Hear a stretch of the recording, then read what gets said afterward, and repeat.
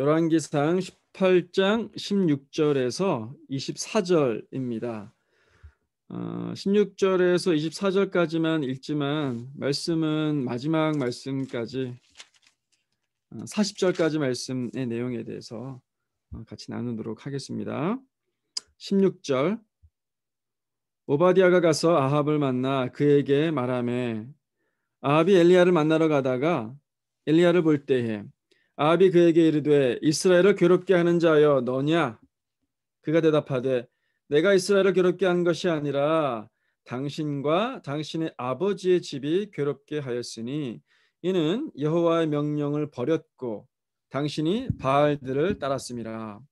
그런즉 사람을 보내 온 이스라엘과 이세벨의 상에서 먹는 바알의 선지자 450명과 아세라의 선지자 400명을 갈멜산으로 모아 내게로 나아오게 하소서. 아합이 이에 이스라엘의 모든 자손에게로 사람을 보내 선지자들을 갈멜산으로 모으니라. 엘리야가 모든 백성에게 가까이 나아가 이르되 너희가 어느 때까지 둘 사이에서 머뭇머뭇하려느냐? 여호와가 만일 하나님이면 그를 따르고 바알이 만일 하나님이면 그를 따를지니라 하니 백성이 말 한마디도 대답하지 아니하는지라. 엘리야가 백성에게 이르되 여호와의 선지자는 나만 홀로 남았으나 바알의 선지자는 450명이로다. 그런즉 송아지 둘을 우리에게 가져오게 하고 그들은 송아지 한 마리를 택하여 각을 떠서 나무 위에 놓고 불은 붙이지 말며 나도 송아지 한 마리를 잡아 나무 위에 놓고 불은 붙이지 않고 너희는 너희 신의 이름을 부르라. 나는 여호와의 이름을 부르리니 이에 불로 응답하는 신 그가 하나님이니라. 백성이 다 대답하되 그 말이 옳도다 하니라. 아멘. 지난주에 엘리야와 사르밧 과부의 이야기를 나눴죠. 엘리야가 이 과부에게 두 가지 기적을 보였습니다. 밀가루와 또 병의 기름을 떨어지지 않게 해주었죠. 그리고 죽은 이 과부의 아들을 살려냅니다. 이 경험을 한 후에 이 과부에게 큰 변화가 생기죠. 바알을 섬겼던 이 과부가 내가 이제야 하나님의 말씀이 진실한 줄 아노라 라고 고백을 해요. 믿음이 생겨지게 된 거죠. 바알을 섬기던 이 지역에 믿음의 씨앗이 심겨지는 사건이었습니다. 참 유명한 사건이죠. 오늘 다룰 이야기도 지난주 이야기 못지않게 유명한 이야기예요. 아마 엘리야 하면 딱 떠오르는 사건이 이 사건이 아닐까라는 생각이 됩니다. 보통 이 사건을 갖다가 우리 갈멜산의 전투 또는 엘리야와 바알 선지자의 대결 이렇게 이름을 붙여서 우리 기억을 해요. 이제 본문을 살펴볼 텐데요. 본문 16절의 말씀에 보면은 오바댜라는 사람이 있어요. 우리 앞에 등장하는 사람 이야기인데 저희가 그는 건너뜁니다. 간단하게 얘기하면 오바댜는 이스라엘의 국내 대신이에요. 아합의 오른팔이지만 하나님을 경외하는 사람입니다. 그래서 이 망해가는 이스라엘을 위해서 하나님이 예배하신 사람들 중에 하나였어요. 근데 이 오바댜가 한 중요한 일들 중에 이 아합 왕과 엘리야를 만나게 해주는 가교 역할을 해줘요. 그래서 만나게 해줍니다. 그리고 이제 아합과 엘리야의 이야기가 펼쳐지는데 아합이 엘리야를 보고 뭐라고 합니까? 17절에 이스라엘을 괴롭게 하는 자여 너냐라고 얘기를 해요. 아합 입장에서는 엘리야의 저주 때문에 비가 멈추게 된 거니까 모든 이 저주의 근원, 문제의 근원이 엘리야처럼 보인 거예요. 그래서 이스라엘을 괴롭게 하는 자여라고 얘기하죠. 근데 그게 진실입니까? 진실은 뭡니까? 이스라엘의 그 가뭄의 저주가 내리게 하는 근본적인 원인이 뭐예요? 18절에 엘리야가 대답을 해요. 내가 이스라엘을 괴롭게 한 것이 아니라 당신과 당신의 아버지의 집이 괴롭게 하였으니 이는 여호와의 명령을 버렸고 당신이 바알들을 따랐음이니라. 이제 직격탄을 날리는 거죠. 나라가 망하게 된 이유 나 아니다. 바로 너 때문이다. 하나님 버리고 바알 섬기게 된 것 그거 너 잘못 아니냐. 그렇게 이제 직언을 하죠. 그러면서 이 엘리야가 대결을 신청해요. 이스라엘 온 땅에 있는 바알 선지자 450명과 아세라 선지자 400명을 모아라. 모아라. 누가 진짜 신인지 대결을 해보자는 거예요. 아합이 사람들을 보내서 이제 바알과 아세라 선지자들을 갈멜산으로 오라고 그래요. 이럴 때 각 동네마다 이제 그 사실을 알게 되잖아요. 뭐 소문이 막 퍼지는 거예요. 온 나라 사람들이 다 알게 되는 겁니다. 와, 하나님의 선지자 엘리야와 바알과 아세라 선지자가 대결을 한다더라. 이게 얼마나 재밌는 구경거리예요. 신들의 전쟁 아닙니까? 신들의 전쟁을 이제 눈으로 보게 되는 거잖아요. 그래서 모든 이스라엘 사람들이 다 갈멜산으로 모여요.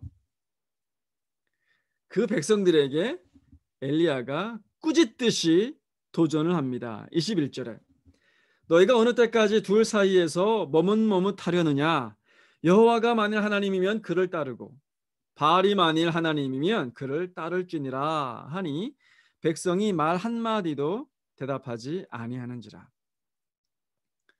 백성들의 상태를 정확하게 파악을 하고 있죠. 둘 사이에서 머뭇머뭇하고 있다라는 얘기는 뭡니까? 한쪽 다리는 하나님한테, 한쪽 다리는 바알에게 걸쳐놓고 있다라는 얘기잖아요. 언제까지 그럴 거냐? 둘 중 하나를 선택해라. 이 도전에 백성들이 말 한마디도 하지 못했다고 그래요. 왜 그랬습니까? 어떤 사람들은 확신이 없었을 거예요. 그래서 결정을 못하는 거예요. 누가 진짜 신인지를 모르는 거죠.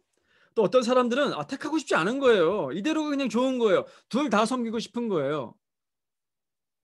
바알도 좋고 유익한 것 같고 하나님도 가끔씩 유익한 것 같고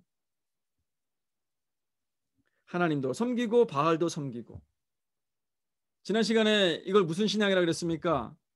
혼합주의 신앙이라고 그랬죠. 이스라엘의 문제는요. 하나님을 완전히 버리고 대신 바알을 섬긴 게 아니에요.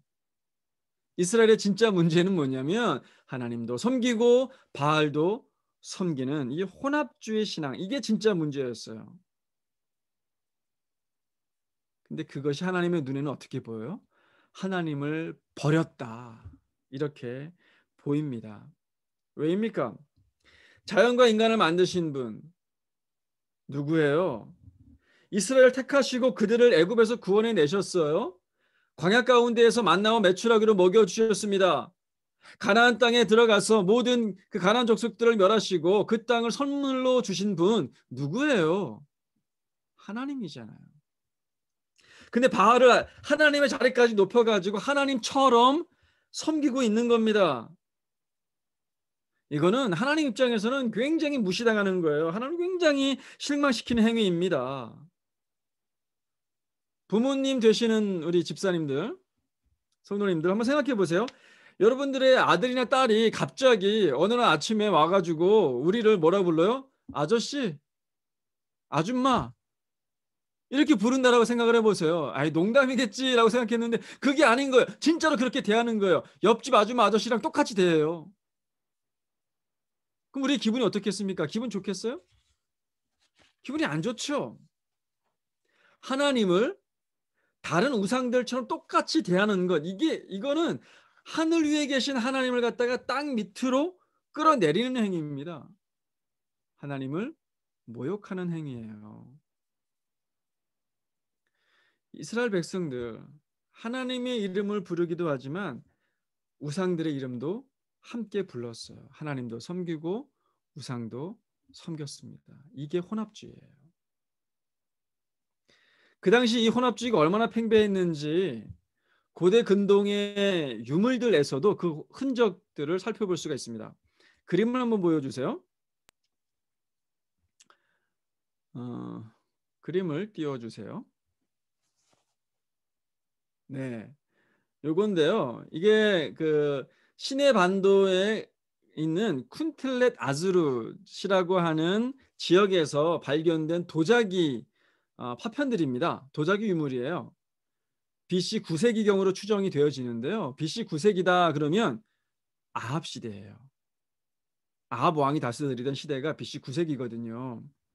근데 밑에는 뭐 이렇게 송아지 그림도 있고 두 남자 그림도 있고 뭐 피아노 같은 거, 피아노가 아니죠. 무슨 악기를 연주하는 그런 여인도 있고 그래요. 그런데 위에 보면은 글씨가 써져 있죠. 그죠? 제가 빨간 박스로 이렇게 표시를 해놨어요. 이게 히브리 말로 써져 있는데 그 일부분을 보면은 어떻게 되어져 있냐면은 사마리아의 야훼와 그의 아세라라고 되어져 있어요. 사마리아는 북이스라엘을 의미하잖아요. 그리고 야훼는 여호와예요. 원래 여호와라는 말이 없잖아요. 야훼가 이제 진짜 말이죠. 그리고 그의 아세라라고 되어 있습니다. 이게 놀라운 문구예요. 야훼와 그의 아세라 이렇게 부르고 있다는 건 뭡니까? 야훼 하나님과 아세라를 뭘로 보고 있는 거예요? 부부로 쌍으로 보고 있는 거예요. 원래 아세라는 누구 짝입니까? 바알과 아세라잖아요. 바알과 아세라. 그런데 지금 야훼와 하나님과 아세라라고 부르고 있다는 건 뭐예요? 지금 야훼 하나님을 바알과 동일시하고 있다라는 겁니다. 하나님이나 바알이나 같은 신으로 여기는 거예요. 이게 혼합주의 신앙이에요. 이 혼합주의 신앙이 이래서 무서운 거예요. 처음엔 두 개를 따로따로 섬겨요. 근데 나중에 가다 보면 그게 그거지 이렇게 생각을 하게 됩니다. 그게 그거지. 구분이 없어지는 거예요. 하나님도 섬기고 바알도 섬기잖아요. 그러면 그게 그거지가 되는 거예요. 하나님도 섬기고 재물도 섬기잖아요. 그럼 나중에는 재물이 하나님이 됩니다. 그게 그거지가 되는 거예요. 하나님도 섬기고 쾌락도 섬기잖아요. 그럼 나중에 쾌락이 하나님이 되어지는 거예요. 혼합주의 신앙이 이래서 무서운 거예요. 문제의식을 못 느껴요. 요즘 크리스천들의 문제도 비슷합니다. 하나님을 분명히 섬겨요. 그런데 더불어서 다른 거 섬기는 것들이 많이 있습니다. 근데 같이 섬기다 보니까 나 하나님 섬기니까 문제의식을 못 느낀다는 거예요. 뭐를 추구합니까? 즐거움도 추구하죠. 성공도 추구하죠. 명예도 추구하죠. 인기, 권력, 사랑 많은 것들을 추구해요. 그런데 그런 것들은 가만 보면은 다 누구를 위한 거예요? 나 자신을 위한 겁니다. 나 자신의 즐거움, 나 자신의 성공, 나 자신의 명예, 인기, 권력, 사랑. 결국엔 나를 섬기는 게 돼요. 하나님도 섬기고 나를 섬기다가 결국엔 내가 하나님이 되어집니다. 내가 내 인생의 주인이 되어져요. 그게 혼합주의 신앙이에요. 그게 요즘 시대에 우리의 그 사상과 우리의 영혼을 주관하고 있는 포스트 마더니즘의 문구가 그겁니다. 내가 내 자신의 주인이 되라. 엘리야가 도전했었던 이 도전들을 우리 스스로에게 한번 해봐야 됩니다. 여호와가 하나님이면 그를 따르고 바알이 만일 너희 하나님이면 그를 따라라. 하나님의 자리에 올려놓은 것들 혹시 없는지, 그래서 그게 하나님인지, 하나님이 진짜 하나님인지 헷갈리게 만드는 것들은 없는지 살펴보시기를 바랍니다. 이어서 엘리야가 백성들에게 이렇게 말해요. 22절에 여호와의 선지자는 나만 홀로 남았으나 바알의 선지자는 450명이로다. 그러니까 지금 이 대결이요. 1대 450 또는 아세라 선지자까지 포함하면 1대 850명의 대결이에요. 자, 여러분이 지금 이스라엘 백성이라고 생각해 보세요. 산에 여기는 산이 없으니까 우리가 밴프 내셔널 파크에 왔다고 생각해 보세요. 막 이렇게 산에 와 있다고 생각해 보세요. 진짜 신을 가리는 대결이 여러분 앞에 펼쳐집니다. 한쪽을 보니까 한 명밖에 없어요. 다른 한쪽을 보니까 850명이 있어요. 여러분들은 어느 쪽에 서시겠습니까?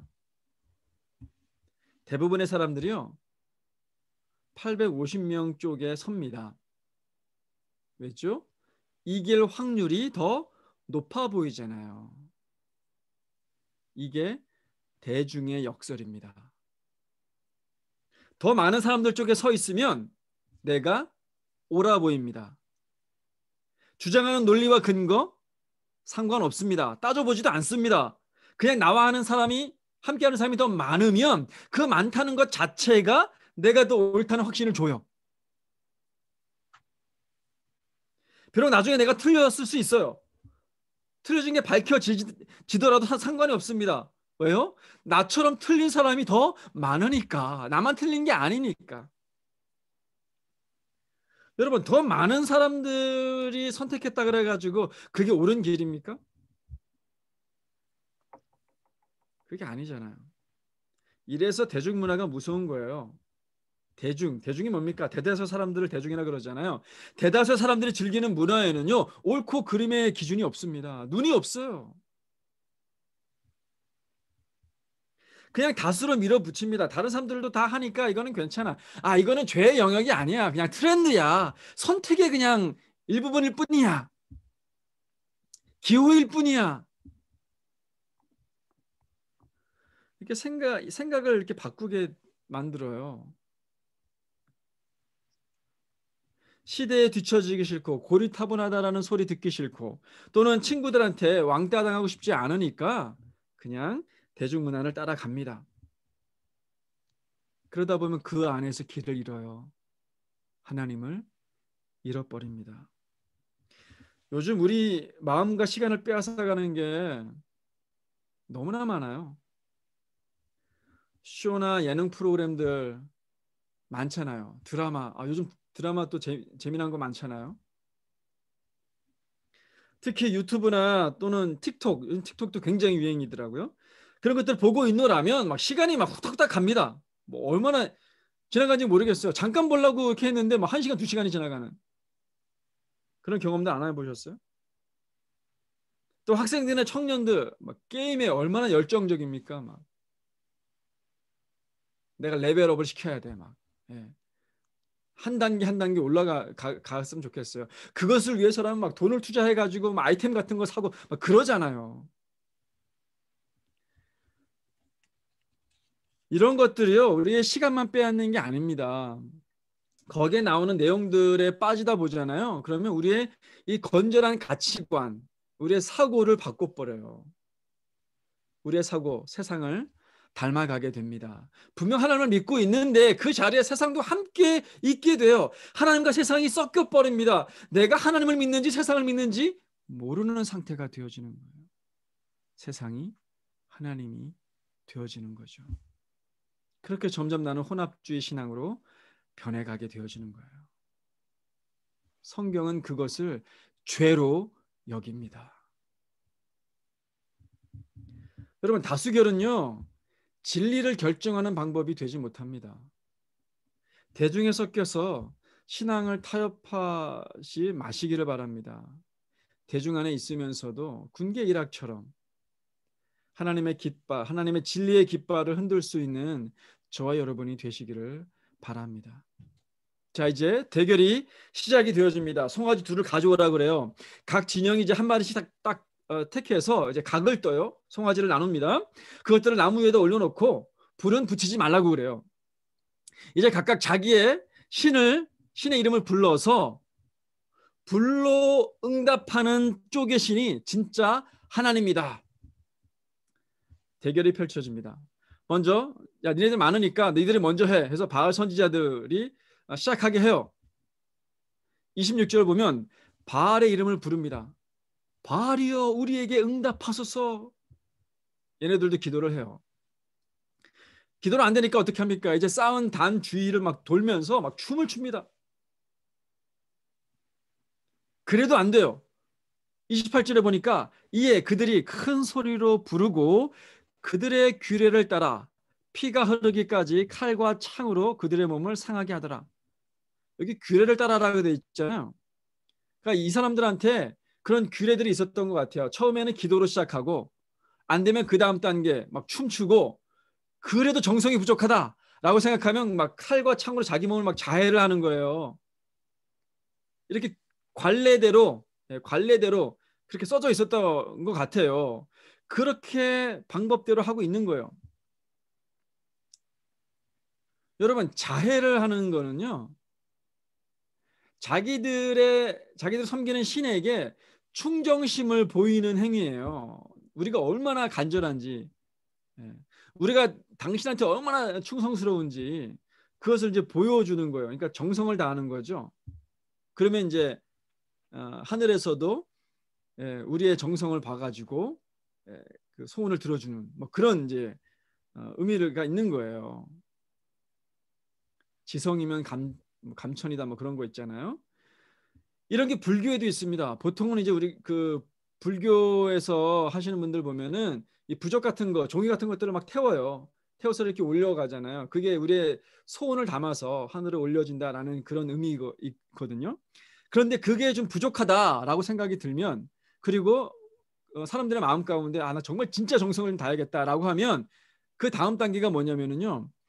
그 소지 공양이라는 게 있어요. 그게 손가락을 태우는 거예요. 손가락을 태워서 그 향을 하나님이 아니죠. 그 이제 신에게 그 부처에게 올려드리는 그런 것을 해요. 그걸 소지 공양이라고 그래요. 지금 이제 이런 걸 잘 안 하죠. 옛날에는 정말 최대의 정성을 다하는 게 뭐예요? 소지 공양 다음 거는 소신 공양이에요. 자기 몸을 태우는 거예요. 그런 것들이 있었어요. 자신의 정성이 얼마나 큰지를 보이는 수단이죠. 이 바알과 아세라 섬기는 사람들도 똑같은 그런 게 있었다라는 거죠. 근데 하루 종일 그렇게 쌩 난리를 칩니다. 근데 아무 일도 일어나지 않아요. 아무 일도. 아침부터 언제까지? 저녁까지. 이제 엘리야의 차례입니다. 백성들을 다 가까이 오라고 합니다. 12개의 돌을 취해서 제단을 쌓습니다. 12개는 뭐를 상징합니까? 12지파를 상징하죠. 나무를 패고 그 위에다가 송아지 각을 떠서 올려놓습니다. 여기까지는 바알 선지자들 했던 것과 똑같아요. 근데 이제 그들이 하지 않은 것들을 엘리야가 주문을 해요. 먼저 단 주위에 물도랑을 파라 그럽니다. 물도랑 왜 파라 그러는 거예요? 물을 붓기 위해서죠. 이제 물을 떠다가 번제물과 나무 위에다가 물을 부으라 그래요. 그것도 3번씩이나 부어요. 3번씩이나 부었다는 얘기는 뭐예요? 충분히 부었다는 얘기죠. 완전히 적셔 버렸다라는 거예요. 그 물을 부으니까 그 흐르는 물이 어디에 고입니까? 이제 물 도랑에 이제 흔적하게 가득하게 도랑에 고이게 돼요. 여러분 엘리야가 왜 이런 일을 하고 있어요? 왜 이렇게까지 하고 있는 겁니까? 불을 붙여야 되는데 물을 붓고 있어요. 엘리야가 이렇게 한 이유가 있습니다. 우연이나 인간적인 꼼수가 아니라 온전히 하나님이 하셨음을 증명하기 위해서예요. 지금 이제 가뭄이 들었잖아요. 건조하잖아요. 건조한 상태에서 뜨거운 태양빛이 내리면은 가끔가다 어떤 일이 벌어집니까? 나무에 불이 붙죠. 우연하게 또는 자연적인 현상으로 불이 붙을 수가 있단 말이에요. 그 우연이라는 가능성을 영으로 만들어버린 행위예요. 또 인간적인 꼼수도 차단을 합니다. 물을 붓지 않았다면은 막 그런 마음이 들 수 있을 것 같아요. 막 이렇게 아무도 보이지 않는 때에 막 돌을 막 이렇게 툭툭 차는 거예요. 그 돌끼리 부딪히면 이제 막 이렇게 스파크가 일어날 수 있잖아요. 그러면 이제 어떻게 하다가 또 불이 붙을 수도 있겠지? 그런 마음, 인간적인 마음. 또는 막 주변에 돌다가 어 그냥 아무도 안 보는 사이에 조그마한 불을 붙여가지고 슬쩍 던져버리고 불이 붙으면 이제 하나님 하셨다. 막 이렇게 하고 싶은 그런 인간적인 꼼수 방법 이런 것들이 생길 수가 있는데 그런 것들을 아예 차단해 버리는 거예요. 온전히 하나님의 능력만을 의지합니다. 하나님이 하시지 않으면 안 되는 그러한 상황들을 만들어 놓은 거예요. 이래야만 하나님이 진짜 신이다. 그걸 증명할 수 있기 때문이죠. 누가 보더라도 불가능한 일이에요. 그런데 하나님이 그걸 해내세요. 인간의 차원을 넘습니다. 우연의 차원을 넘습니다. 자연의 차원을 넘어버려요. 그분만이 하나님이신 거예요. 그 하나님만을 우리는 섬길 가치가 있는 거죠. 예전에 우리 그 교회에서 간증들 많이 시키셨어요. 하나님이 내 인생 가운데 어떻게 역사하셨는지, 또 하나님 어떤 은혜를 주셨는지, 그걸 이제 간증하게 하셨단 말이에요. 은혜가 되죠. 네, 좋은 겁니다. 그런데 종종 이런 분들이 계셔요. 인간적인 꼼수로 성공하셔 놓고 그거를 다 하나님이 도와주셨습니다. 라고 간증하는 거예요. 그러니까 자기 딴에는 이제 하나님을 높이기 위해서 그렇게 하시는 건데, 여러분 성공하면은 다 하나님이 영광 받습니까? 그렇게 생각하다 보면은요, 아, 성공해야지만 하나님이 영광 받는구나 이렇게 오해할 수도 있게 돼요. 근데 성공이 하나님이 영광 받으시지 않고요. 하나님은 오히려 그 과정을 더 중요하게 생각합니다. 공부하는 학생들 치팅하면 되겠어요? 안 되잖아요. 공부 열심히 하셔야 되죠. 사업하시는 분들 정직하게 사업하셔야 되잖아요. 또 직장 다니시는 분들은 게으름 안 피고 성실하게 일을 해야 됩니다. 그런 과정들을 통해서 성공을 하시면은 하나님이 기뻐하시는 거죠. 그죠? 그런데 인간적인 꼼수나 반칙들 쓰시면은 그거 하나님이 기뻐하지 않으세요. 비록 내가 정직하게 막 해보려고 했어요. 성실하게 해보려고 했어요. 그러다가 손해를 봤어요. 괜찮습니다. 그래도 하나님이 기뻐하세요. 그 손해를 오히려 자랑해야 됩니다. 내가 손해를 감수하고서라도 나는 내 양심을 지켰다. 내 신앙을 지켰다. 그러다가 손해봤다. 그게 우리의 간증이 되어줘야 되는 거예요. 여러분 얼마나 빠르게 가느냐 그 중요하지 않습니다. 얼마나 바르게 가느냐 그게 더 중요해요. 온전히 하나님만 의지하는 삶, 엘레는 지금 그거를 우리에게 도전하고 있는 겁니다. 자, 엘리야가 지금 뭘 합니까? 그렇게 해놓고선 기도를 합니다. 37절 말씀 보세요. 여호와여 내게 응답하옵소서, 내게 응답하옵소서. 이 백성에게 주 여호와는 하나님이신 것과 주는 그들의 마음을 되돌이키심을 알게 하옵소서. 간절하게 기도하죠. 이때 기적이 일어납니다. 38절 말씀 보세요. 이에 여호와의 불이 내려서 번제물과 나무와 돌과 흙을 태우고 또 도랑의 물을 핥은지라.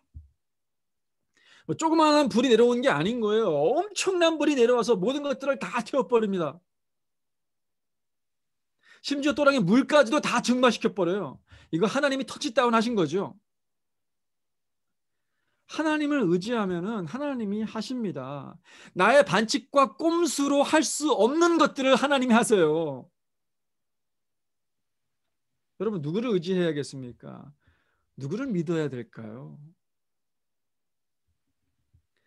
우리 마음속에 아 맞아 그래 이제 하나님밖에 없다. 다시 하나님 잘 믿어야겠다. 이런 결심이 이런 마음이 여러분들에게 드시기를 바라요. 들고 계실 겁니다. 그럼 이제 어떻게 해야 될까요? 오늘 본문은요. 우리 신앙 회복을 위해서 두 가지 결단을 촉구합니다. 첫 번째는 무너진 제단을 수축하라예요. 무너진 제단을 수축하라. 30절 말씀에 보면은 엘리야가 백성들을 모으고 그들이 보는 앞에서 뭘 해요?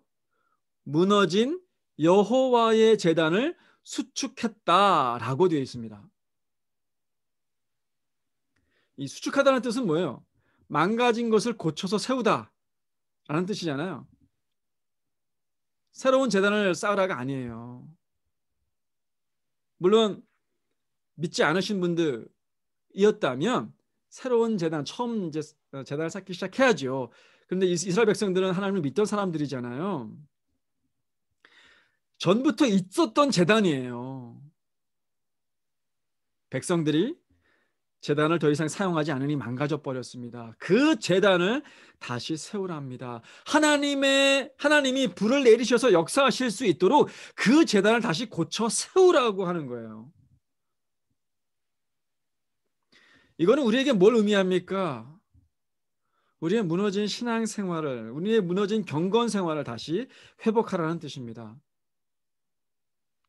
그래야 하나님이 다시 역사하실 수가 있는 거예요. 말씀을 읽고 기도하고 하나님을 만나는 시간, 경건의 시간, 우리 큐티라고 그러잖아요. 그걸 다시 회복해야 되는 거예요. 대중문화에 노출하는 시간이 많아지면 많아질수록 그 문화가 내 가치관이 되는 거예요. 내 사고가 됩니다. 내 생활 방식이 그렇게 따라가게 되는 거예요. 근데 반대로요, 마찬가지입니다. 말씀과 기도를 하나님과 교제하는 시간이 많아지면 많아질수록 성경의 원리가 내 가치관이 되는 거예요. 내 사고가 되는 겁니다. 내 생활 방식이 되는 겁니다. 그렇게 되다 보면요, 하나님께 순종하는데 그렇게 큰 의지, 그렇게 큰 힘이 들지 않게 되어지는 그런 수준까지 우리가 가게 되어지는 거예요. 무너진 재단을 다시 세워야 신앙을 회복할 수가 있습니다. 한 가지 더 있습니다. 오늘 본문에서 신앙 회복을 위해서 한 가지 더 조언을 하는데 39절 40절 말씀. 모든 백성이 보고 엎드려 말하되 여호와 그는 하나님이시로다. 여호와 그는 하나님이시로다 하니 엘리야가 그들에게 이르되 바알의 선지자를 잡되 그들 중 하나도 도망하지 못하게 하라 하매 곧 잡은지라. 엘리야가 그들을 기손신으로 내려다가 거기서 죽이니라. 백성들이 하나님의 이름을 다시 불렀습니다. 신앙이 회복된 것 같아요. 그러나 엘리야는 거기서 만족하지 않습니다. 한 발 더 나가죠. 바알 선지자를 잡아라. 그리고 그 바알 선지자를 죽입니다. 무너진 제단을 수축하고 바알 선지자를 죽이는 것, 이거는 한 세트예요. 하나만 하면 안 되는 겁니다. 아무리 큐티 시간을 회복했다 하더라도 우리를 죄짓게 만드는 행동들을 끊어내지 않는다면 아무 소용이 없어요. 다시 옛날로 돌아갑니다. 우리 신앙 잘하지 않게 되고 삶을 바뀌지 않습니다. 우리를 하나님에게서 멀어지게 만드는 것들, 그게 뭔지 알아내야 돼요. 알아내고 그걸 우리 삶에서 잘라내야 됩니다. 죄, 누가 보더라도 죄인 행동들이 있어요. 결단해야죠. 근데 그런 죄들은요, 좀 비교적 쉽습니다. 너무나 아비어스하니까, 분명해 보이니까. 근데 뭐가 어려워요? 죄는 아닌 것 같아 보여요. 그런데 우리를 하나님과 멀어지게 만드는 것들이 있습니다. 그건 절제의 영역이에요. 유튜브를 너무 많이 본다든가, 게임을 너무 많이 한다든가, 목적과 또는 계획 없이 그냥 허송세월 한다든가, 시간을 낭비하고 게으르게 산다든가, 이런 것들, 그런 것들을 결단해야 됩니다. 에베소 5장 18절 말씀 뭐라고 되어 있습니까? 술 취하지 말라. 이는 방탕한 것이니 오직 성령으로 충만함을 받으라 그랬죠. 여기서 방탕함, 이게 뭔지 아십니까? 그게 무절제예요. 무절제. 절제하지 못하고 너무 많이 하면 어떤 것들은요, 죄가 됩니다. 우리와 하나님 사이를 끊어지게 만들어요. 그런 것들 먼저 내가 죽여야 되는 죄이구나. 내가 죽여야 되는 바알 선지자들이구나. 먼저 규정하는 것이 필요합니다. 문제의식을 느껴야 돼요. 문제의식을 느끼지 못하면 결단할 수도 없잖아요. 엘리야 선지자, 무너진 제단을 세우고 바알 선지자들을 죽였습니다. 우리에게도 신앙 회복을 위해서 이러한 결단들이 있어져야 합니다. 엘리야 선지자 오늘 우리에게 도전했습니다. 어느 때까지 둘 사이에서 머뭇머뭇하려느냐. 여호와가 만일 하나님이면 그를 따르고 바알이 만일 하나님이면 그를 따라라. 어떻게 대답하시겠습니까? 어떻게 반응하시겠습니까? 사랑하는 여러분, 이번 한 주간 사실 때 우리 고민해 봅시다. 1대 850의 이 결투, 이 대결 가운데서 우리는 무엇을 배웁니까? 나는 혹시 대중문화가 이끄는 대로 살고 있지는 않은가? 혹시 인간적인 꼼수와 반칙으로 살고 있지는 않는가? 만약 그렇다면 하나님 앞에 결단했으면 좋겠어요. 주님, 내가 잘못했습니다. 하나님만이 내가 섬겨야 되는 하나님이십니다. 이제 무너진 제단을 회복하고 죄와 싸우고 하나님만 의지하고 하나님만 섬기며 살겠습니다. 이 고백이 저와 여러분의 고백이 되시기를 주님의 이름으로 축복합니다. 이번 한 주간도 이 하나님만 따르고 섬기는 저 여러분들 되시기를 바랍니다. 아멘.